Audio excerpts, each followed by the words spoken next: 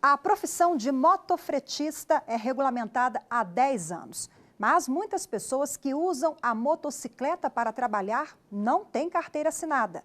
Veja na reportagem os riscos de exercer essa função na informalidade e quais são os direitos e deveres de trabalhadores e empresas.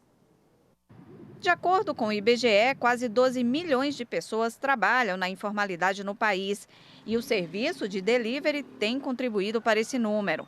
Boa parte dos motofretistas, por exemplo, não tem carteira assinada. Nós temos uma lei federal 12.009 de julho de 2009, que já faz 10 anos que nós temos essa lei e até hoje ela não foi aplicada e fiscalizada conforme manda. Hoje, com a situação dos aplicativos, nossa plataforma do celular, ele não tem um vínculo empregatício, ele não recebe a periculosidade, ele é praticamente totalmente na informalidade. Recentemente, uma decisão da 8ª Vara do Trabalho de São Paulo entendeu que um aplicativo de entrega e uma transportadora tem vínculo empregatício com os entregadores cadastrados e determinou que, além de regularizar a carteira dos profissionais, fosse feito o controle da jornada de trabalho e regularizassem as normas de segurança da categoria. Alguns juristas entendem que não há relação de emprego envolvendo aplicativos de transporte com base na livre iniciativa, que é o caso de motofretista. Para que um vínculo de emprego possa se considerar caracterizado, a CLT exige algumas condições: subordinação, pessoalidade, onerosidade e não eventualidade. Nesse caso concreto, não me parece que exista subordinação, porque esses trabalhadores estão livres para definir, por exemplo, o momento em que se vão encontrar disponíveis, não é, para o trabalho. De outro lado, a sua mão de obra é posta à disposição de uma comunidade indistinta de pessoas. E o vínculo não se estabelece propriamente com a empresa que desenvolveu o aplicativo. Outro problema envolvendo o motofretista é o descumprimento das normas de segurança pelos patrões e também pelo próprio motoboy.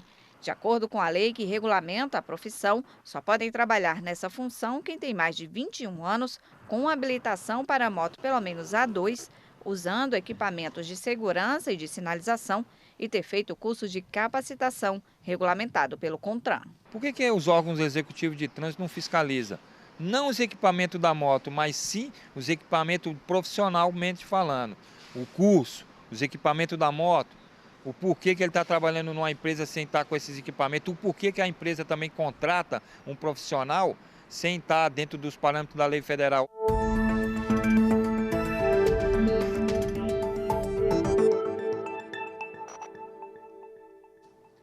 E para falar mais sobre o assunto, eu recebo agora aqui no estúdio o advogado Thales Messias dos Santos. Seja bem-vindo, doutor Thales. Boa tarde. Boa tarde, obrigado, Rafaela. Bom, eu queria começar para explicar direitinho o assunto, quais as formas de contratação dos motofretistas. É importante fazermos essa diferenciação. Nem todo motofretista ele é empregado. Ele pode ser um empregado seletista, realmente, ele pode ser contratado como prestador de serviços e ele pode ser cooperado, associado a uma cooperativa de trabalho. Isso vai influenciar em quais direitos e deveres ele deve cumprir. Muitos são contratados também pelo MEI, que é o microempreendedor individual, é uma forma de gerar emprego também. Sim, exatamente, é uma forma de gerar emprego também e essa vem sendo uma escolha de muitos aplicativos de transporte. Eles vêm exigindo a regular inscrição no MEI do motofretista antes de ele iniciar o seu trabalho. E nesse caso ele tem algum direito trabalhista? Não, direito trabalhista não. É bem importante a gente frisar que o direito trabalhista ele só é garantido para aqueles registrados em carteira, os seletistas. Os MEIs têm uma relação civil com a empresa.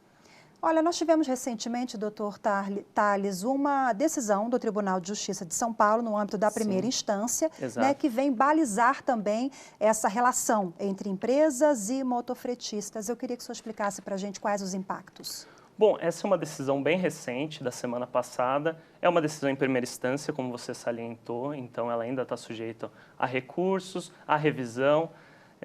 E ela reconheceu o vínculo empregatício entre os motofretistas e um aplicativo de transportes de entrega. Essa decisão ela é um pouco polêmica, na minha opinião, reservada a opiniões contrárias, porque essa relação de vínculo empregatício ela tem que ser feita numa análise individual, caso a caso. Uma decisão feita e estendida para todos os usuários do aplicativo reconheceu o vínculo com mais de 15 mil empregados, agora empregados, né? Isso muitas vezes não atende à demanda do próprio prestador de serviço, que usa o aplicativo como uma forma extra de complementar a renda, que usa por um período de dificuldade financeira ou para atingir algum objetivo momentâneo. Às vezes a intenção dele mesmo não é o vínculo empregatício.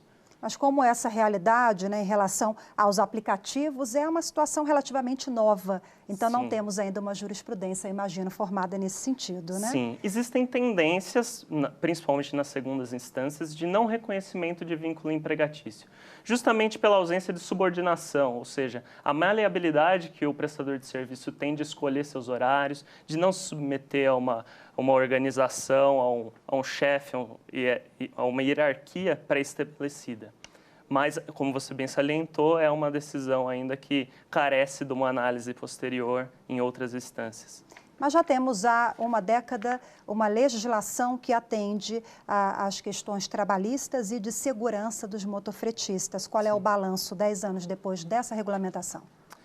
Olha, essa legislação ela foi muito positiva no sentido de estabelecer algumas regras antes da entrada no mercado de trabalho do motofretista. Então, o motofretista, como a gente pôde ver na reportagem, ele precisa ter 21 anos, pelo menos, ele precisa de 2 anos de CNH na categoria de moto. Então, esse período probatório serve para que ele amadureça, não só da forma biológica, mas também pegue prática na direção. E vejo o importante tanto para o lado dos empregados como dos prestadores de serviço. A reportagem abordou um tema sensível em relação à fiscalização. O que o senhor acha que é mais importante, é mais produtivo para a categoria no que diz respeito a esse aspecto? Bom, se levarmos em consideração que a categoria hoje está exposta a um trânsito caótico, com uma taxa de letalidade altíssima, a fiscalização das normas de trânsito seriam mais produtivas. Por exemplo, a fiscalização do controle de velocidade, a conservação das vias públicas, que é muito importante, influencia nos acidentes. Esse tipo de fiscalização, até pelos trabalhadores estarem submetidos a regimes de trabalho diferentes, seria mais produtiva. Doutor Tales, mais uma vez agradeço a sua participação. Uma boa tarde. Muito obrigado.